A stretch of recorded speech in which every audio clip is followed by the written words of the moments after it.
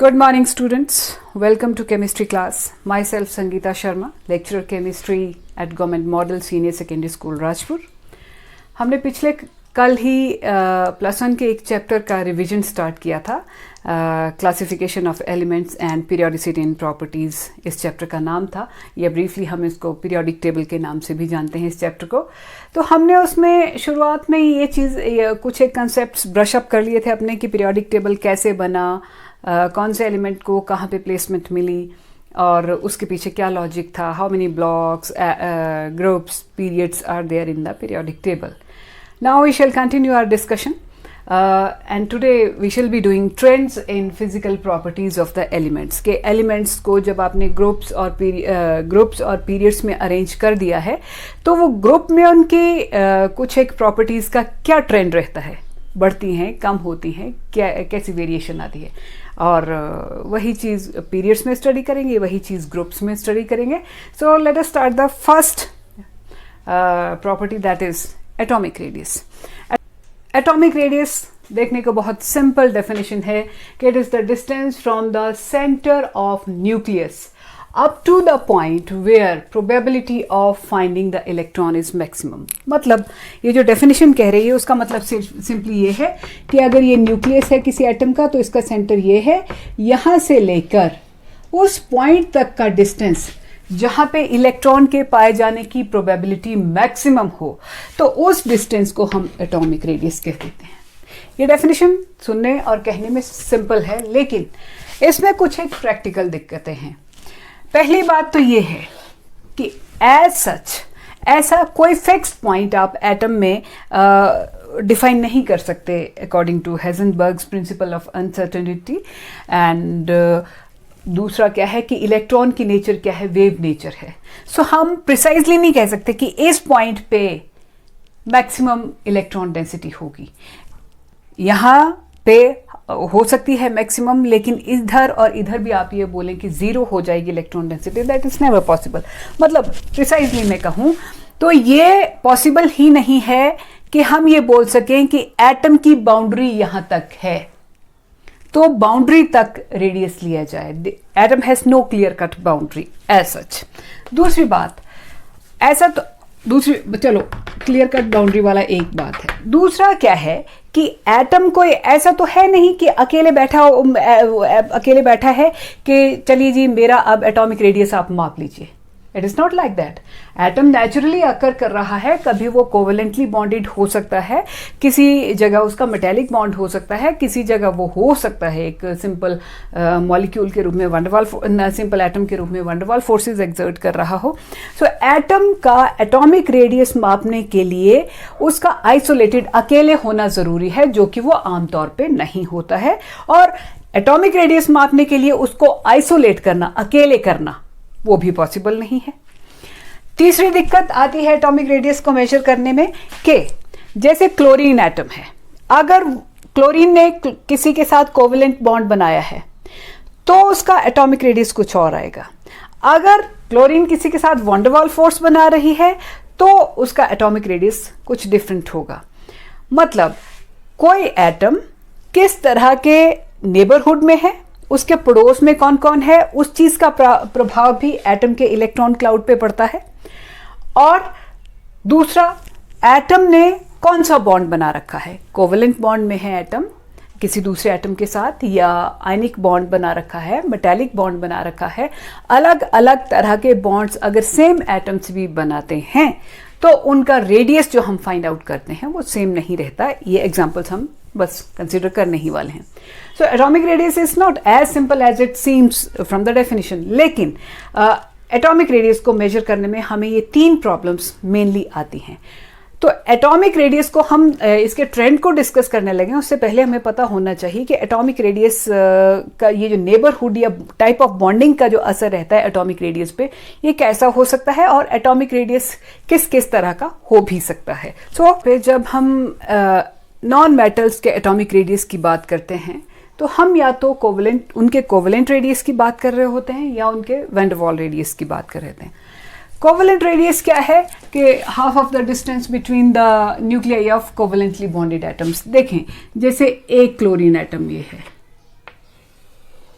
और ये इसका न्यूक्लियस रहा, और दूसरे क्लोरीन के साथ इसने कोवलेंट बॉन्ड बनाना है। भाई कोवलेंट बॉन्ड बनाना है तो ऑर्बिटल्स का ओवरलैप तो होगा, यहाँ पे इसका ऑर्बिटल जो है उसके ऑर्बिटल के साथ ओवरलैप कर जा रहा है। तो कोवलेंट रेडियस अगर हमने देखना हो, अगर ये Ca क्लोरीन है, ये दूसरा क्लोरीन है, तो दोनों क्लोरीन के न्यूक्लियाई के बीच का डिस्टेंस जो कि 198 पिकोमीटर है, उसको हम 2 से डिवाइड कर देंगे and it comes out to be 99 picometre. ये सिंपल सा कोवलेंट, दो एटम्स जिनके बीच कोवलेंट बॉन्ड है यदि, तो उनके न्यूक्लियाई के बीच के डिस्टेंस का आधा कर दीजिए, तो ये क्या आ गया, इतना जो है वो इसका कोवलेंट रेडियस हो गया। ओके, अब क्लोरीन का है कोवलेंट और वंडरवाल रेडियस का फर्क देखिए। वंडरवाल रेडियस का कहाँ होता है, जैसे हीलियम, ये जो नोबल गैसेस हैं, मान लीजिए ये एक हीलियम एटम है, ये दूसरा हीलियम एटम है, इनका आपस में कोई बॉन्ड नहीं है, simple they are having just van der Waals forces of attraction. तो इनके एक के न्यूक्लियस और दूसरे के न्यूक्लियस के बीच का जो डिस्टेंस होगा उसका हाफ अगर आप कर देंगे तो वंडरवाल रेडियस उसको कह देंगे। अब साफ दिख रहा है वंडरवाल रेडियस में, जैसे कोवलेंट रेडियस में कुछ तो एरिया ऑफ ओवरलैप या ऑर्बिटल ही आपने ओवरलैप कर दिए थे तो ये क्लोज आ गए थे। वंडरवाल फोर्स में वैसे ही काफी दूर हैं और ओवरलैप जैसी कोई सिचुएशन होती नहीं है, तो ये दोनों एटम्स काफी दूर होंगे, इनके न्यूक्लियस भी एक दूसरे से काफी दूर होंगे, तो ये डिस्टेंस भी काफी ज्यादा आएगा, इसलिए वंडरवाल रेडियस की वैल्यू जो है वो काफी हाई होने जा रही है। ये तो था अगर एटम्स कोई, जैसे नोबल गैसेस हैं वो एटम्स के रूप में रहती हैं, तो वहां तो वंडरवाल रेडियस इस तरह से लिया जाता है। क्लोरीन है, जैसे क्लोरीन का ही अभी हमने एग्जांपल लिया, तो Cl2 है, दिस इज, ये तो कोवलेंट रेडियस है। अब दूसरा मॉलिक्यूल जो है क्लोरीन का वो इस तरह से रहा होगा, लाइक दिस। अब क्लोरीन का ही अगर आपने वंडरवाल रेडियस लेना है तो क्या होगा, इस क्लोरीन मॉलिक्यूल का ये एटम और इस क्लोरीन मॉलिक्यूल का ये एटम, जिनका आपस में कोई बॉन्ड नहीं है, they are totally non bonded, they just can have van der Waals forces of attraction. तो इसके न्यूक्लियस से इसके दूसरे क्लोरीन के न्यूक्लियस के बीच का डिस्टेंस जो कि 360 पिकोमीटर होता है अगर सचमुच भी मापा जाए, तो इस क्लोरीन और इस क्लोरीन जिनके बीच कोई कोवलेंट बॉन्ड नहीं है, सिर्फ वंडरवाल फोर्स ऑफ अट्रैक्शन है, ये क्लोरीन इस मॉलिक्यूल को बिलोंग करता है, ये क्लोरीन उसको बिलोंग करता है, तो इन दोनों के न्यूक्लियाई के बीच का डिस्टेंस डिवाइडेड बाय 2, तो वो हमें दिख रहा है 180 पिकोमीटर। क्लोरीन का ही कोवलेंट रेडियस हमारे पास 99 पिकोमीटर आ रहा है और वैंडरवाल रेडियस कितना आ रहा है, 180 पिकोमीटर। तो यहां से ये एग्जांपल मैंने इसलिए लिया कि आप क्लियर कट समझ पाएं कि Van der Waals radius is always bigger than covalent radius और नॉट। अब इसके बाद बात करते हैं मेटालिक रेडियस की।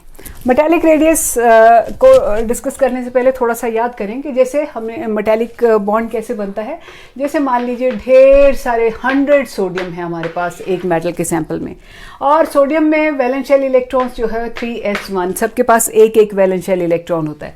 तो सभी सोडियम क्या करेंगे, अपना ये जो वैलेंस शेल वाला इलेक्ट्रॉन है जो आपका 3s में है, 3s वाले इलेक्ट्रॉन को काफ़ी, जिसकी पोजीशन यहाँ पे होनी चाहिए थी वैसे इस इलेक्ट्रॉन की, लेकिन सारे सोडियम क्या करेंगे, अपने इस इलेक्ट्रॉन को काफ़ी लूज कर देंगे और सारे के सारे सोडियम्स एक एक इलेक्ट्रॉन जो कि उनका वैलेंस शेल का इलेक्ट्रॉन है कंट्रीब्यूट करेंगे और उन इलेक्ट्रॉन्स का क्या बना देते हैं, इलेक्ट्रॉन C।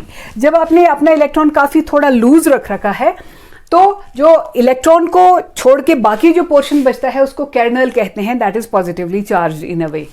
तो ये कर्नल्स हैं और ये मोबाइल इलेक्ट्रॉन्स हैं। तो कर्नल जब जैसे सोडियम ने अपना इलेक्ट्रॉन सभी सोडियम्स ने लूज कर दिया तो उनके इलेक्ट्रॉन्स का C ये बन गया है और ये सोडियम की कर्नल्स हैं। तो कर्नल इलेक्ट्रॉन इस तरह से अरेंज हो जाते हैं। फिर ये कर्नल इस इलेक्ट्रॉन को भी अट्रैक्ट करेगा, ये इलेक्ट्रॉन अगले कर्नल को, इसको सभी को अट्रैक्ट करेगी और इसी अट्रैक्टिव फोर्स को क्या कहेंगे, मेटालिक बॉन्ड कहते हैं। तो मेटालिक बॉन्ड में मेटालिक रेडियस किस तरह से लिया जाता है, एक कर्नल या जो मेटालिक आयन होता है, एक मेटालिक आयन के न्यूक्लियस से लेके दूसरे मेटालिक आयन के न्यूक्लियस तक का जो डिस्टेंस होता है उस डिस्टेंस को हाफ कर देंगे and then you get metallic radius.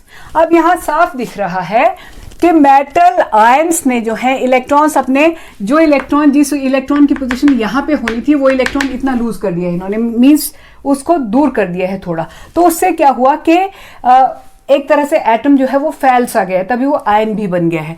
तो ये एक्सपेंशन ऑलरेडी एक्सपेंशन हो रखी है एक एटम की भी, दूसरे की भी, सभी की, तभी वो कैंडल्स बने हैं। तो वैसे में ऑटोमेटिकली जो है इस एटम के न्यूक्लियस, इस आयन के न्यूक्लियस और इस आयन के न्यूक्लियस का बीच का डिस्टेंस जो है वो बढ़ जाएगा।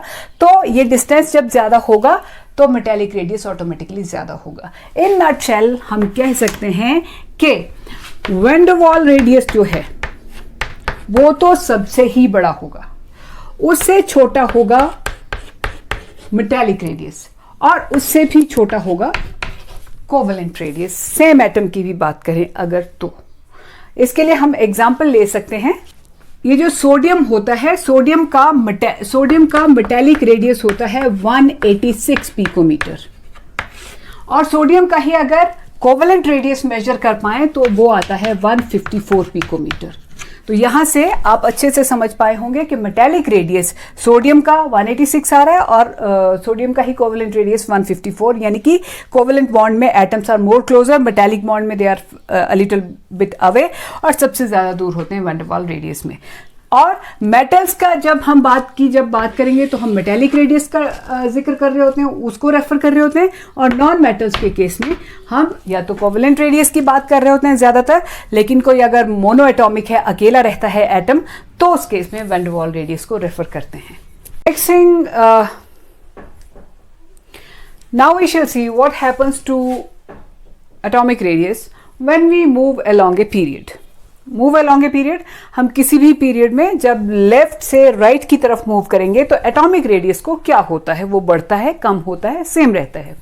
देखें लिथियम, सेकंड पीरियड का एग्जांपल ले लें। मुद्दे की बात क्या है कि लिथियम में 3 पॉजिटिव, बेरिलियम में 4 positive, 5 positive, 6 positive, 7 positive, 8 positive, 9 positive, nucleus में, इनके न्यूक्लियाई में इतना इतना चार्ज है और आउटसाइड द न्यूक्लियस इतने इतने ही इलेक्ट्रॉन्स हैं। लेकिन मुद्दे की बात क्या है कि लिथियम में भी हमने अंतिम इलेक्ट्रॉन 1s2 2s1, ये जो 2s1 वाला इलेक्ट्रॉन है ये सेकेंड प्रिंसिपल शेल में, हम कह रहे हैं 2s1 सेकेंड प्रिंसिपल शेल में गया लास्ट इलेक्ट्रॉन। बेरिलियम में आए again 1s2 2s2 2p1, 2p1 again it is 1s2 2s2, तो अगेन सेकेंड प्रिंसिपल शेल के एस सब शेल में 2 इलेक्ट्रॉन्स गए। बोरोन में आए तो 1s2 2s2 2p1, last electron जो है वो 2p1 अगेन प्रिंसिपल शेल के है सेकेंड। मतलब न्यूक्लियस में आप धीरे धीरे क्या बढ़ा रहे हैं, न्यूक्लियर चार्ज, न्यूक्लियस की अट्रैक्टिंग पावर बढ़ती जा रही है क्योंकि उसमें न्यूक्लियर प्रोटॉन्स की संख्या बढ़ रही है जैसे जैसे आप लेफ्ट से राइट की तरफ चलेंगे। बट और क्या हो रहा है, last electron is entering the same principal shell. आप उसको बेसिकली न्यूक्लियस से उतनी ही दूरी पे, जितने पहले उतना ही सेकंड बार, उतना ही आगे, उतना ही आगे, लास्ट इलेक्ट्रॉन आप सेम प्रिंसिपल शेल में फीड कर रहे हैं। सेकंड है तो सेकंड चला, थर्ड पीरियड में थर्ड होगा, last fourth and so on.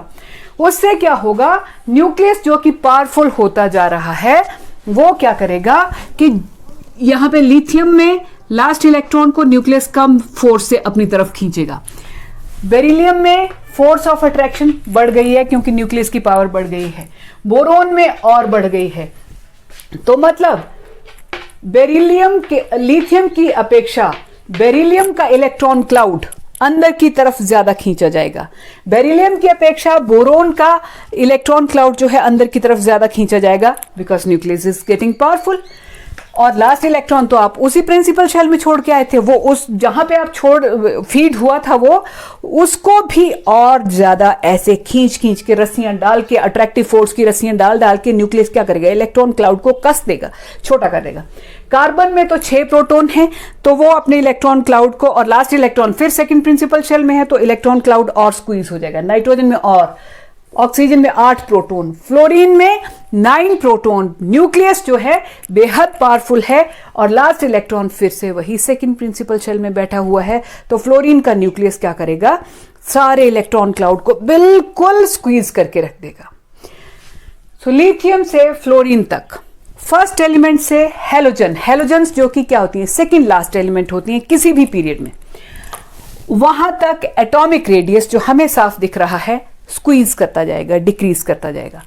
As far as noble gases are concerned, तो इनका हम लेते ही वैन डर वाल रेडियस हैं, तो नोबल गैसेज का एटॉमिक रेडियस जो होगा वो ऑल ऑफ ए सडन आपको बड़ा लगेगा।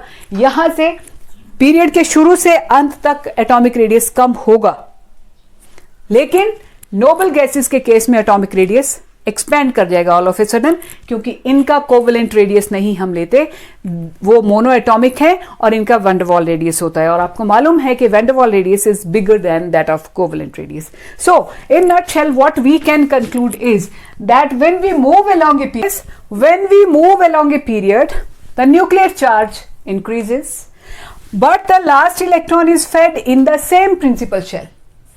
Therefore, इन दोनों फैक्टर्स का नतीजा क्या होगा, effective nuclear charge which reaches up to the last electron from the nucleus goes on increasing and the size of atom goes on decreasing when we move from left to right. अब देखें कि down the group atomic radius को क्या होता है। हम first group का ही example ले लेते हैं, lithium, sodium, potassium, rubidium, caesium and francium. Lithium में 3 प्रोटॉन्स हैं न्यूक्लियस में और सेकेंड प्रिंसिपल शेल में लास्ट इलेक्ट्रॉन गया है। सोडियम में प्रोटॉन्स की संख्या 11 हो गई है, न्यूक्लियस का न्यूक्लियर चार्ज बढ़ रहा है, लेकिन last electron has entered third principal shell में लास्ट इलेक्ट्रॉन गया है सोडियम का। पोटेशियम में प्रिंसिपल न्यूक्लियर चार्ज 19 पॉजिटिव है, लेकिन नंबर ऑफ प्रिंसिपल शेल्स की संख्या 1 2 3 4 हो गई है। Last electron has entered 4th principal shell. अब क्या हो रहा है, ठीक है, न्यूक्लियर चार्ज बढ़ रहा है जैसे आप डाउन द ग्रुप जा रहे हैं, ओके, नो प्रॉब्लम, लेकिन साथ ही साथ क्या हो रहा है, नंबर ऑफ प्रिंसिपल शेल्स भी बढ़ रहे हैं। आप एटम के इर्द गिर्द एक नई लेयर हर बार लगा देते हैं, और जब भी किसी चीज को एक नई लेयर अटैच करेंगे तो उसकी थिकनेस, उसकी मोटाई, उसकी डायमेंशंस तो बढ़ेंगे, लेकिन सिर्फ इतना नहीं होगा एक लेयर एक्स्ट्रा अटैच करने से। एक और चीज, शील्डिंग इफेक्ट, जिसका हमने पीरियड के दौरान तो जिक्र ही नहीं किया था, क्योंकि प्रिंसिपल शेल्स की संख्या वही रह रही थी। डाउन द ग्रुप जब चलेंगे तो नंबर ऑफ प्रिंसिपल शेल्स की संख्या बढ़ेगी। अब उससे क्या होगा कि यहां पर लिथियम का न्यूक्लियर चार्ज लास्ट इलेक्ट्रॉन तक पहुंचता था, तो बीच में केवल सिर्फ फर्स्ट प्रिंसिपल शेल पड़ता था, जो इस न्यूक्लियर चार्ज को, इस लास्ट इलेक्ट्रॉन को न्यूक्लियस के चार्ज से शील्ड करता था। मतलब आप ये कह सकते हैं कि न्यूक्लियर चार्ज अंतिम इलेक्ट्रॉन तक पहुंचने से पहले एक फिल्टर से होकर गुजर रहा है। एक प्रिंसिपल शेल जो है उसमें जो इलेक्ट्रॉन्स हैं वो कुछ न्यूक्लियर चार्ज उससे फिल्टर कर दे रहे हैं। सोडियम में देखें, सोडियम में न्यूक्लियर चार्ज को फिल्टर होना है एक प्रिंसिपल शेल से, फिर वहां से जो थोड़ा बहुत बचेगा तो पहुंचेगा सेकंड प्रिंसिपल शेल में, वहां भी फिल्टर होगा, फिर थर्ड प्रिंसिपल शेल तक फिल्टर होते होते जितना पहुंचेगा उतना पहुंचेगा। 2 बार फिल्टर हो चुका तो कम पहुंचेगा। लिथियम में न्यूक्लियर चार्ज लास्ट इलेक्ट्रॉन तक ज्यादा पहुंचा होगा, और सोडियम में जो है 2 बार फिल्टर हुआ, प्रिंसिपल शेल, 2 प्रिंसिपल शेल्स हैं थर्ड के नीचे।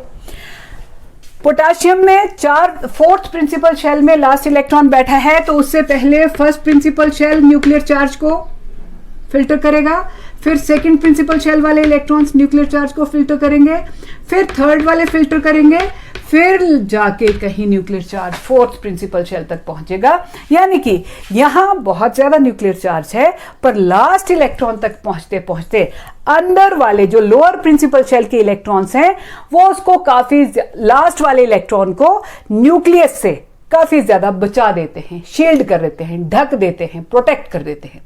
तो न्यूक्लियस और अंतिम इलेक्ट्रॉन के बीच ये जो प्रिंसिपल शेल्स की संख्या बढ़ जाती है, तो उससे क्या होता है कि न्यूक्लियर चार्ज, मतलब अंतिम इलेक्ट्रॉन को न्यूक्लियस से शील्डिंग हो जाती है, प्रोटेक्शन हो जाती है, तो न्यूक्लियस का उतना चार्ज बाहर तक नहीं पहुंच पाता।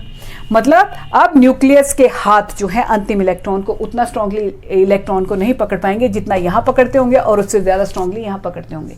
सो When the number of principal shells is increasing, the shielding effect is also increasing. Shielding effect के इंक्रीज होने का मतलब है न्यूक्लियस की अंतिम इलेक्ट्रॉन पे पकड़ जो है वो कम हो रही है. ओके, न्यूक्लियर चार्ज बढ़ रहा है, नंबर ऑफ प्रिंसिपल शेल्स बढ़ रहे हैं, स्क्रीनिंग इफेक्ट भी बढ़ रहा है. ये फैक्टर जो है इफेक्टिव न्यूक्लियर चार्ज को, जो न्यूक्लियर चार्ज अंतिम इलेक्ट्रॉन तक पहुंचने वाला है उसको, यानी कि इफेक्टिव न्यूक्लियर चार्ज को रिड्यूस कर रहे हैं. नंबर ऑफ प्रिंसिपल शेल्स के बढ़ने से और स्क्रीनिंग इफेक्ट के बढ़ने से इफेक्टिव न्यूक्लियर चार्ज जो है वो क्या हो रहा है, कम होता जा रहा है. न्यूक्लियस की लास्ट इलेक्ट्रॉन पे पकड़ कम होती जा रही है, और जब न्यूक्लियस लास्ट इलेक्ट्रॉन को कंट्रोल नहीं कर पाएगा तो इलेक्ट्रॉन क्लाउड फैल जाएगा. इलेक्ट्रॉन क्लाउड के फैलने का मतलब है साइज ऑफ एटम बढ़ जाएगा. सो डाउन द ग्रुप, ये तीनों फैक्टर्स, और इन तीनों फैक्टर्स का नतीजा effective nuclear charge is decreasing, और इफेक्टिव न्यूक्लियर चार्ज जब डिक्रीज करता है तो साइज इंक्रीज करता है. सो आप क्या रखेंगे, याद रखेंगे, along a period atomic radius decreases but down the group atomic radius increases. अब बात करते हैं आयनिक रेडियस. आयनिक रेडियस को अगर डिफाइन करना हो तो आयन्स दो तरह के होते हैं, या कैटायन या एनायन. तो आयनिक रेडियस होता है कि किसी भी आयन में न्यूक्लियस से लेके वो डिस्टेंस जहां तक उसका इलेक्ट्रॉन क्लाउड पे होल्ड है, अट्रैक्शन है, कंट्रोल है, तो उस डिस्टेंस तक जो है वो आयनिक रेडियस काउंट होता है. अब एटम से या तो कैटायन बन सकता है या एनायन बन सकता है. हम पहले कैटायन की बात करते हैं. कैटायन कैसे बनता है? By loss of electron. जब एटम से इलेक्ट्रॉन का लॉस होगा, इलेक्ट्रॉन रिमूव किए जाएंगे, तो कैटायन बनता है. कैटायन पे पॉजिटिव चार्ज होता है. क्यों पॉजिटिव चार्ज होता है? देखिए सोडियम को देखिए. Sodium is an atom. इसमें 11 प्रोटॉन्स हैं, यानी कि 11 पॉजिटिव चार्ज न्यूक्लियस में है और 11 नेगेटिवली चार्ज इलेक्ट्रॉन्स बाहर घूम रहे हैं. तो जितना पॉजिटिव चार्ज उतना नेगेटिव चार्ज कैंसिल होके जीरो, यानी कि sodium is neutral. But when we remove one electron, यहां 11 में से 10 इलेक्ट्रॉन रह गए, एक आपने रिमूव करवा दिया, छीन लिया इसे. प्रोटॉन्स की संख्या वही है 11, तो पॉजिटिव चार्ज 11 और नेगेटिव चार्ज 10, प्लस के 11 और माइनस के 10 अगर आप ऐड करेंगे तो क्या आएगा? 1 प्लस. तो सोडियम पे एक 1 पॉजिटिव चार्ज आ गया. इसलिए जब भी किसी कैटायन की फॉर्मेशन होती है, एक या उससे ज्यादा जितने भी आप इलेक्ट्रॉन्स रिमूव करेंगे उतना ही पॉजिटिव चार्ज स्टैंड कर जाएगा उस कैटायन पे. पहली बात तो ये पता होनी चाहिए. अब क्वेश्चन इज के size of cation parent atom से, जिस एटम से ये बना है, स्मॉल है या बिग है? This is a question. So let us find it out. वैसे साफ दिख रहा है. न्यूक्लियस में यहां भी 11 प्रोटॉन है सोडियम में, और जब सोडियम 1 पॉजिटिव बन गया तो प्रोटॉन्स कितने हैं? अगेन प्रोटॉन्स तो 11 ही रहेंगे. यहां पे 11 प्रोटॉन कितने इलेक्ट्रॉन्स को कंट्रोल कर रहे थे? 11 इलेक्ट्रॉन्स को एटम में. और यहां पे 11 प्रोटॉन कितने इलेक्ट्रॉन्स को कंट्रोल कर रहे हैं? 10 इलेक्ट्रॉन्स को. यानी कि प्रोटॉन्स ज्यादा, न्यूक्लियर चार्ज ज्यादा और इलेक्ट्रॉन्स की संख्या कम हो गई. जब भी कैटायन बनता है न्यूक्लियर चार्ज वही रहना है, लेकिन मतलब number of protons becomes greater than number of electrons outside the nucleus. तो वही बात है कि यहाँ पे 11 जो थे सिपाही थे, वो 11 लोगों का पहरा कर रहे थे. यहाँ पे 11 सिपाही 10 लोगों का पहरा कर रहे हैं. तो अब 10 लोग यानी कि इलेक्ट्रॉन तो कैसे गए? जब कैटायन बनता है, number of protons become greater than number of electrons and protons hold the electrons very strongly.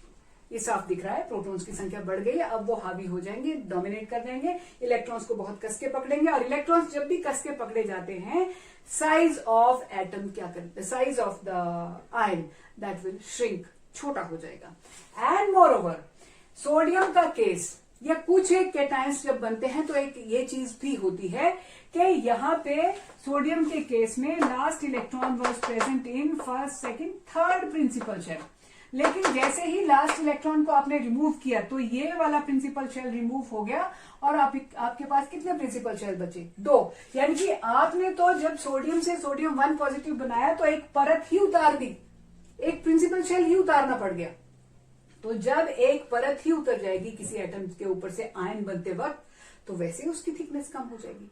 So we must conclude that whenever a cation is formed, number of electrons become lesser than the number of protons and effective nuclear charge increases, and sometimes the last principal shell is also removed by removing the last electron, and in that case size जो है, in any case size जो है that will decrease.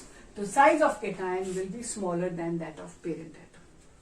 अब anion की बात करते हैं। Anion के लिए हम एग्जांपल ले लेंगे क्लोरीन। एटम से एनायन कैसे बनता है?